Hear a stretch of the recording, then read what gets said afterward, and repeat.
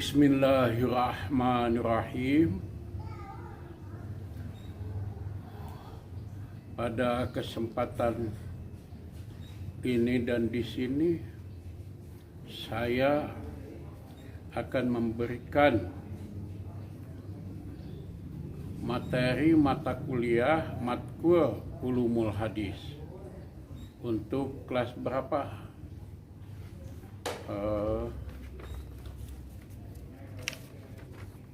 Kelas 2 HSM MUA, kelas A dan B.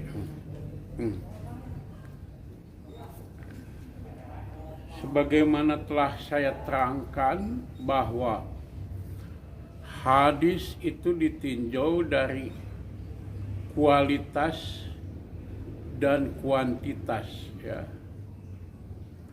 Kuantitas jumlah jamleh rawi sanad hadis itu adalah mutawatir, sedangkan kualitas hadis itu adalah hadis yang sahih sah dari Nabi, hadis yang hasan dari Nabi, dan hadis yang dhaif.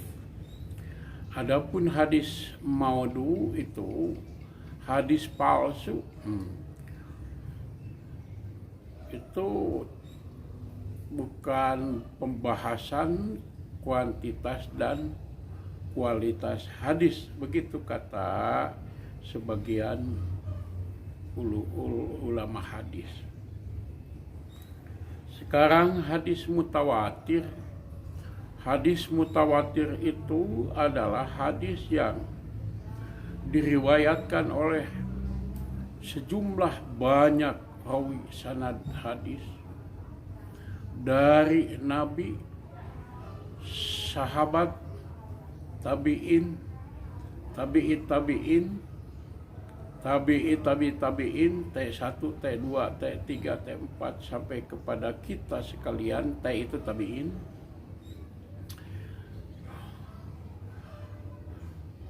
Banyak para periwayatnya, seperti matannya itu, man kadzdzaba alayya muta'ammidan falyatabawa maq'adahu minan nar. Barang siapa yang berdusta atas namaku dengan sengaja, maka siap-siaplah dia bertempat tinggal di neraka.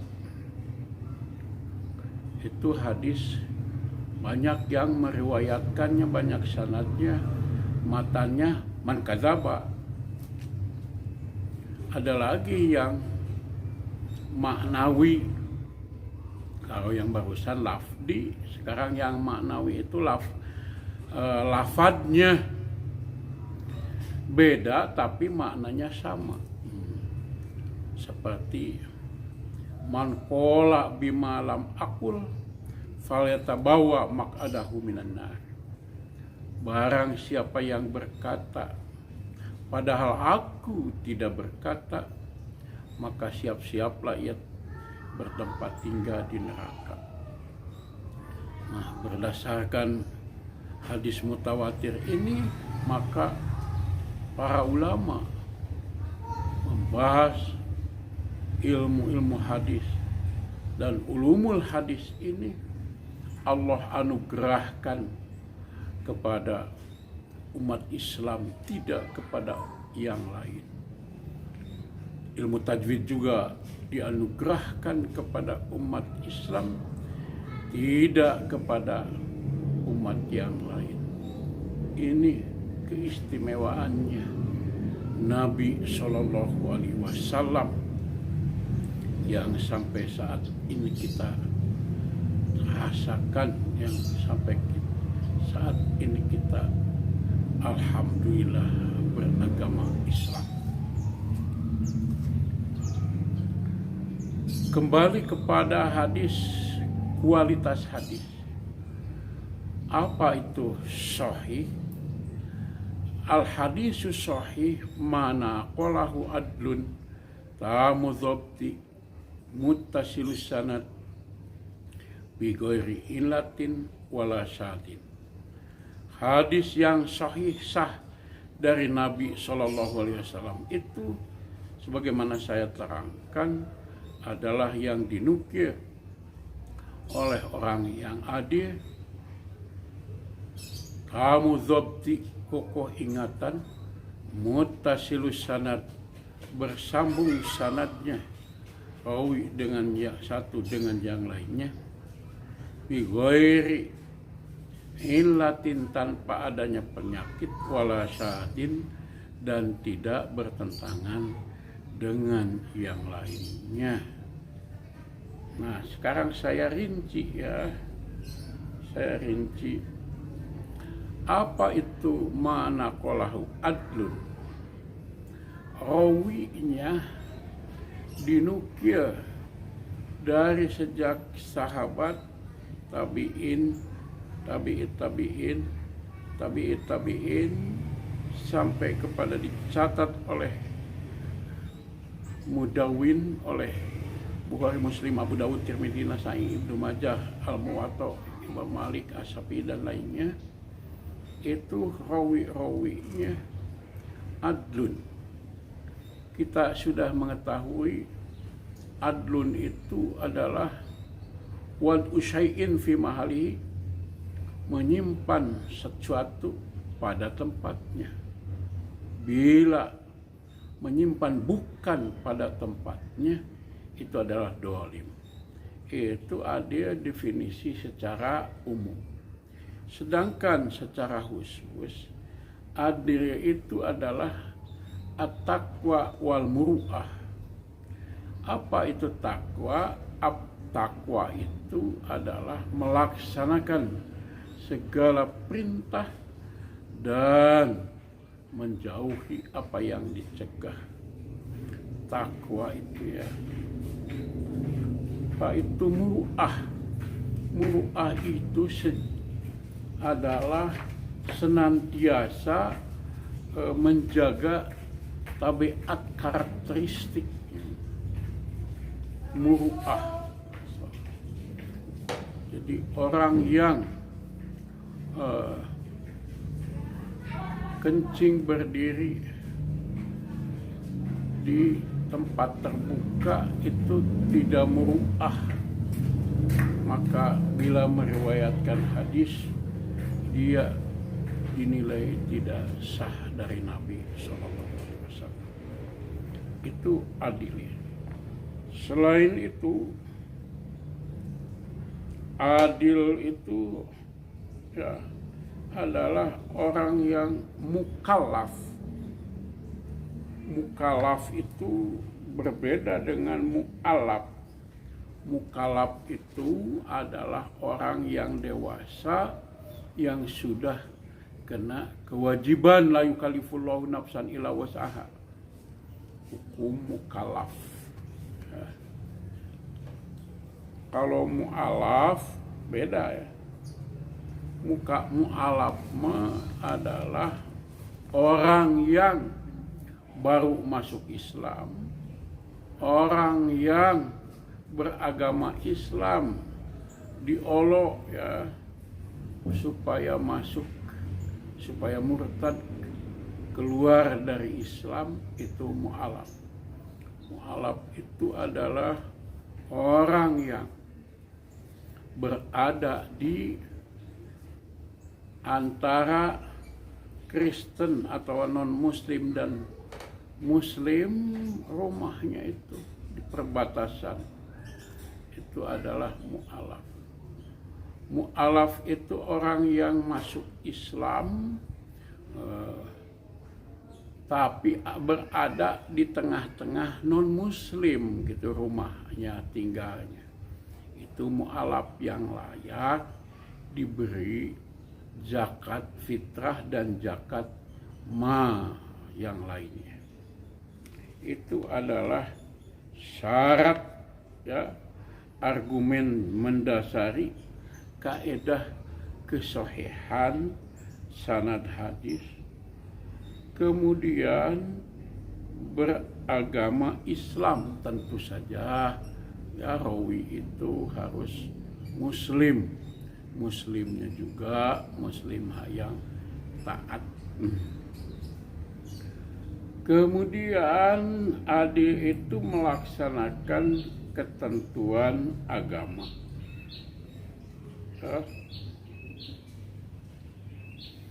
Memelihara yang tadi itu muru'ah, ya, karakteristik tabiat, ya, kewibawaannya. Jadi seorang dosen tidak bisa dikatakan salah bila dia jajan bakso di pinggir jalan pakai alas kaki sisirangan sambil duduk cacalenghakan. Itu kan tidak haram, tapi tidak muru'ah, tidak menjaga kewibawaannya.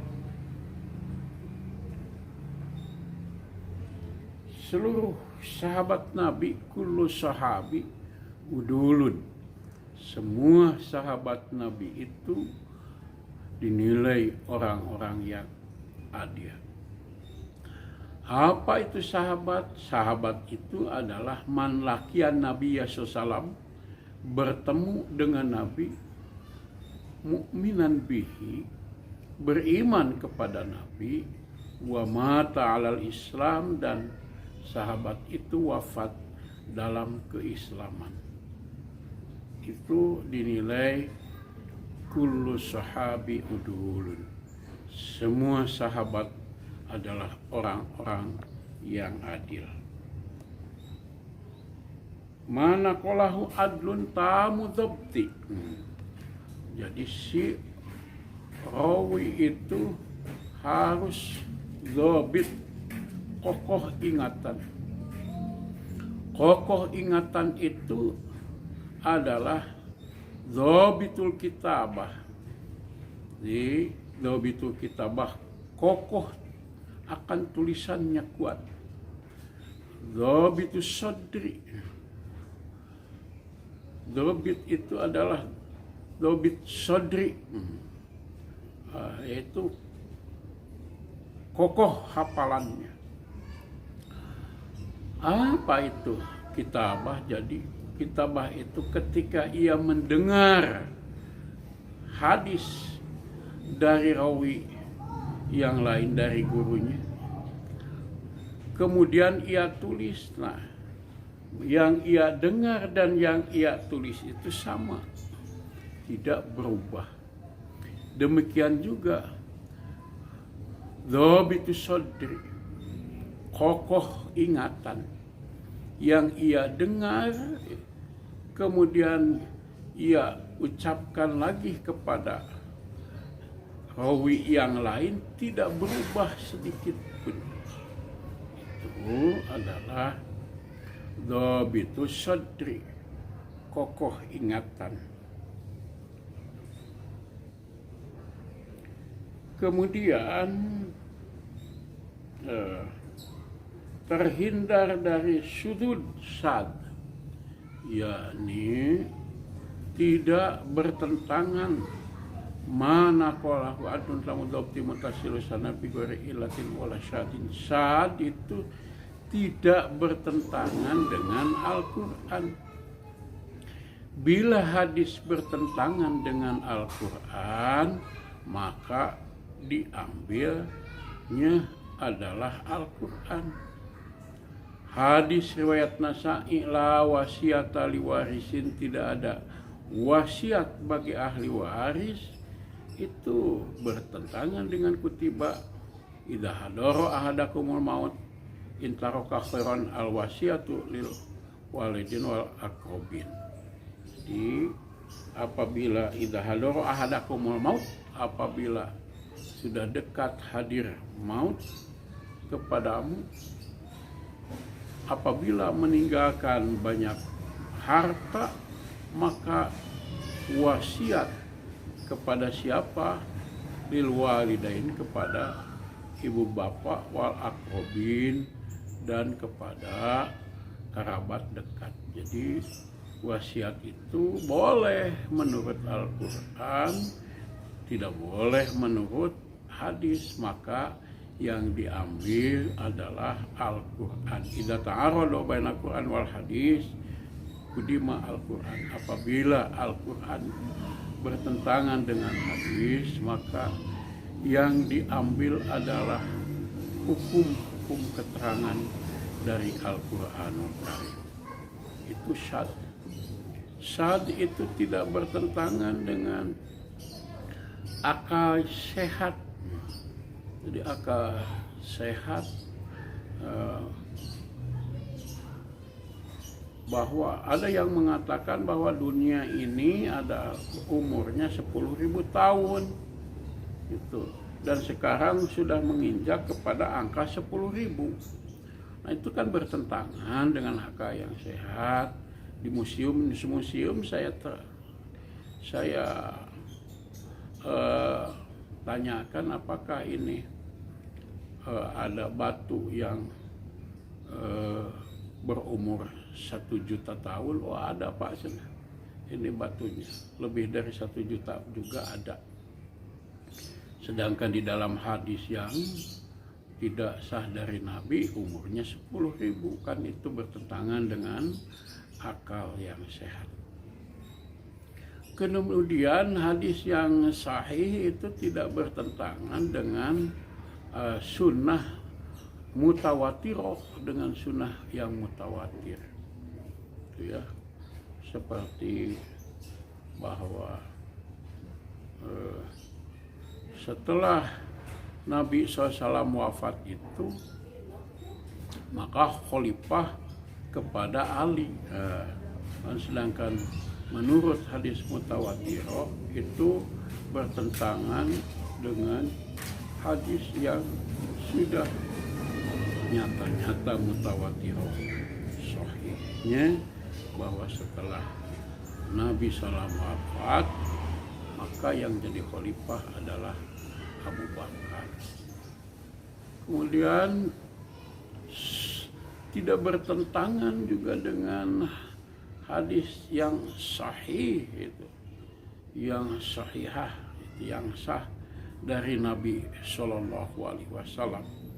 Silahkan Anda cari ya, hadis yang bertentangan dengan hadis yang sahih.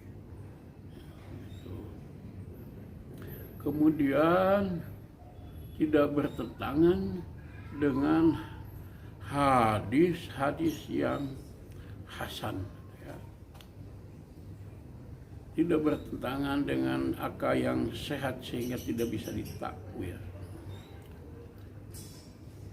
Itu adalah hadis yang sahih, terhindar dari sudut bertentangan. Ya.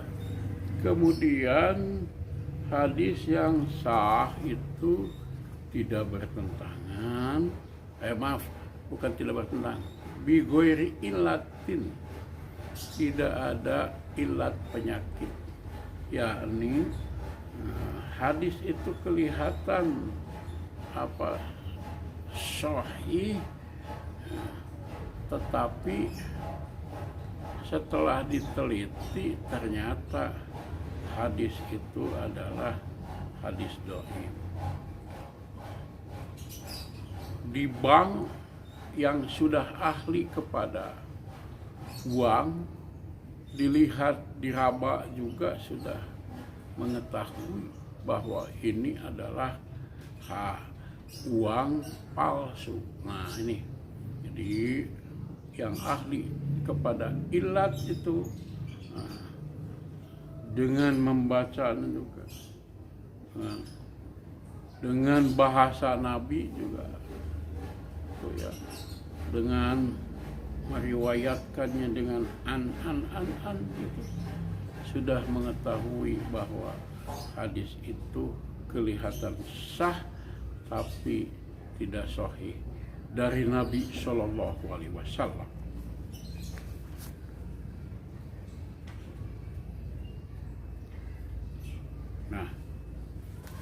Sekarang hadis hasan. Hadis hasan itu hampir sama dengan hadis sahih, hanya sannya hadis hasan itu rawinya qalilul dhabti. Jadi kalau hadis sahih rawinya itu kokoh ingatan, maka hadis hasan si rawinya itu adalah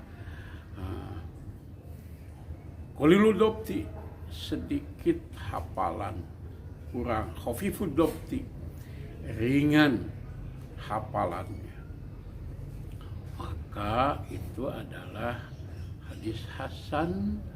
Tapi hadis hasan itu ada hadis hasan lidzatihi yang setelah saya barusan kemukakan, ada juga hasan li ghairihi. Hadis hasan li ghairihi itu ada hadis doib, banyak hadis doib, tetapi rawinya tidak kadzab, tidak pembohong, maka nilai hadisnya terangkat menjadi hasan li ghairihi. Demikian juga bila banyak hadis hasan itu banyak terjadi terangkat, atau hadis hasan itu dikuatkan oleh Al-Quran, maka naik derajatnya menjadi hasan li ghairihi. Contohnya seperti hadis Mu'ad bin Jabal riwayat Abu Dawud itu adalah hadis dhaif, tetapi diangkat oleh Al-Quran. A'udzubillahi minasyaitonir rajim. Atiullaha wa atiur rasul wa ulil amri minkum fa in tanazatum fi syai'in farudduhu ila Allahi wa rasul. Jadi taatlah kepada Allah Al-Quran, taatlah kepada Rasul Al-Hadis, taatlah kepada ulil amri minkum. Kan hadis Mu'ad bin Jabal ketika Nabi SAW mengutus beliau ke Yaman, fabima tahkum, dengan apa kamu akan menghukumi? Aqdi bi kitabillah, aku akan menghukum dengan kitab Allah. Wa fa lam tajid, apabila tidak ada dalam kitab Allah, aqdi bi sunnati Rasulillah, akan aku hukumi dengan sunnah Rasul. So, kata Nabi, fa lam tajid bi kitabillah wa sunnah Rasulillah sallam, kata Mu'ad bin Jabal, ajtahidu ro'i wala alu. Nah, kemudian Nabi menepak-nepak dada Mu'ad bin Jabal. Hadis ini adalah hadis dhaif, hadis yang tidak sah dari Nabi, tapi dikuatkan oleh ayat tadi, atiullah wa atiur rasul wa ulil amri minkum. Itu derajatnya menjadi hadis hasan yang bisa dipakai untuk sumber hukum Islam yang kedua setelah Al-Quran. Kemudian hadis dhaif. Hadis dhaif artinya hadis yang lemah. Apa arti hadis dhaif? Hadis dhaif itu adalah ma la yastaritu fihi sahih wa dhaif. Tidak menurut unsur tidak memenuhi syarat hadis sahih dan tidak pula memenuhi hadis hasan, maka jatuh kepada hadis yang dhaif. Jadi bila hadis yang bisa makbul sahih itu adalah adil, ini rawinya tidak adil, tidak takwa, tidak muru'ah, seperti hanya memberi makan kepada ayam, kemudian sungguhnya ayam itu bukan diberi makan tetapi hendak ditangkap. Ini tidak muru'ah, tidak menjaga. Maka bila meriwayatkan hadis-hadisnya Kemudian tamu dhabti, bila dia itu tidak kokoh ingatan, pelupa, bahkan hadis yang ketika muda dia itu hafalannya bagus, tetapi setelah dia tua itu tidak, hafalannya kurang, maka itu dinilai hadis yang dhaif. Nah, kalau sudah tua kan suka jadi pelupa, atau seperti Ibnu Lahiyah. Ibnu Lahiyah itu orang yang tamu dhabti, kokoh ingatan. Ketika dia rihlah untuk mencari hadis, kemudian dia ngantuk dan tidur di bawah pohon, catatan-catatannya itu disimpan di sebelah kanannya. Ketika terlelap tidur, catatan-catatannya itu diterbangkan angin, entah kemana rimbanya catatan-catatannya itu. Sehingga Ibnu Lahiyah ketika bangun melihat ke sebelah kanannya gak ada catatan-catatannya, dia merasa iba, menyesal, sehingga menangis sejadi-jadinya, serta hafalan yang ada di kepalanya habis semuanya. Jadi kalau sekarang mah kita hilang catatan kuliah, minta saja kepada teman atau membeli saja kepada toko, ya, pada yang lain. Dulu mah sudah susah, catatan-catatan itu tidak kokoh ingatan. Sekarang hadis yang sah itu adalah muttasilus sanad, sanadnya bersambung. Bila hadis yang dhaif itu sanadnya tidak bersambung. Apa itu sanad bersambung atau muttasilus sanad? Muttasilus sanad itu adalah subutul liqa wal mu'asharah. Ingat-ingat itu ya. Muttasilus sanad, subutul liqa, jadi antara murid dan gurunya itu bertemu, mendengar, melihat. Nah, subutul liqa. Kalau mu'asharah itu sejaman antara guru dan muridnya gitu. Bukhari mensyaratkan supaya hadisnya itu subutul liqa, antara rawi yang satu dengan yang lain, antara murid dan gurunya itu bertemu, menerima hadis tersebut gitu.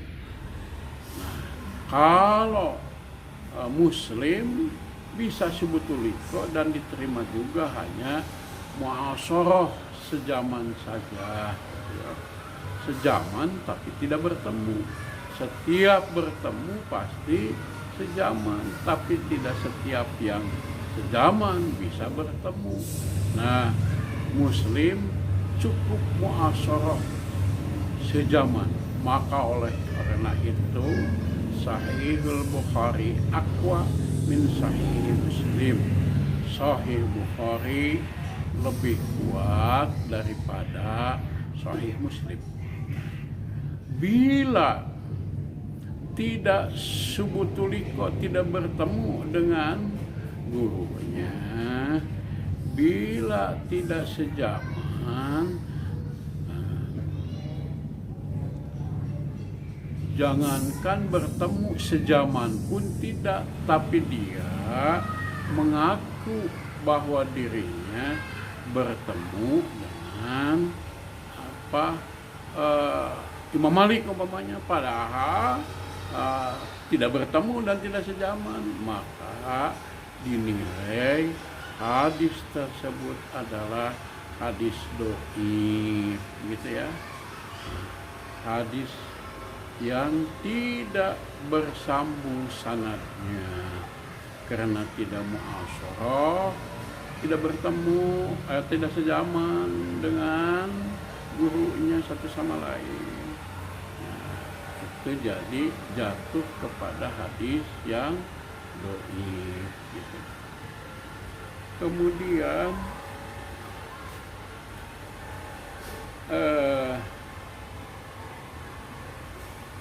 mana qala aldun ramudhokti mutasil sanad bighairi ilatin wala syadin adalah yang tadi bertentangan dengan Quran, bertentangan dengan hadis mutawatir, bertentangan dengan hadis sahih, dan bertentangan dengan akal sehat, maka hadis itu dinilai hadis yang dhaif, begitu ya.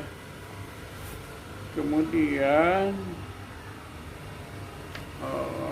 berilat, yakni bila hadis tersebut nyata-nyata setelah diperiksa, setelah diteliti, hadis itu adalah hadis yang berilat, kelihatannya sahih, setelah diteliti, wah ini hadis tidak sahih, maka dinilai hadis berilat itu adalah hadis yang dhaif. Barangkali untuk kesempatan ini dan di sini tentang kuantitas hadis dan kualitas hadis dicukupkan sekian dulu ya. Jangan lupa kepada Kosma dan kepada ketua diskusi ya, segera atau harus telah berkumpul daftar hadir, daftar diskusi ya, daftar UTS dan sekaligus UTS-nya. Ini ada petugas dari saya, Ipah ya, dan Fikri Isa Soleh. Saya ini jangan ya, percayalah, saya memeriksanya dengan anak saya, dengan anak-anak saya yang sudah di S2, dengan istri saya. Percayalah ya. Jadi kalau Anda dapat nilai A, B, C, D, nah itu sudah keputusan kami. Sekian, terima kasih. Allahu yakhudhu bi aidina ila ma fihi khairun lil Islam wal muslimin. Akhirul kalam. Assalamualaikum warahmatullahi wabarakatuh.